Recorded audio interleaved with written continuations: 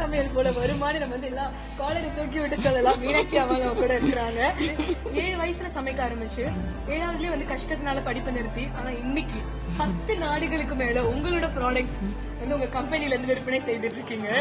இவ்வளவு பெரிய ஒரு சாதனை. கொஞ்ச நாளைக்கு நம்ம பின்னாடி போனோம்னா அந்த கஷ்ட காலத்துல ஏதோ ஒரு விஷயத்த சொல்லி சொல்லி நீங்க வந்து உங்களை ஊக்கப்படுத்திருக்கீங்க. அது என்ன விஷயங்கள்? பாத்தீங்கன்னா நெகட்டிவா யார் பேசுறாங்களோ அதை வந்து காதுல போட்டுக்க மாட்டேன்.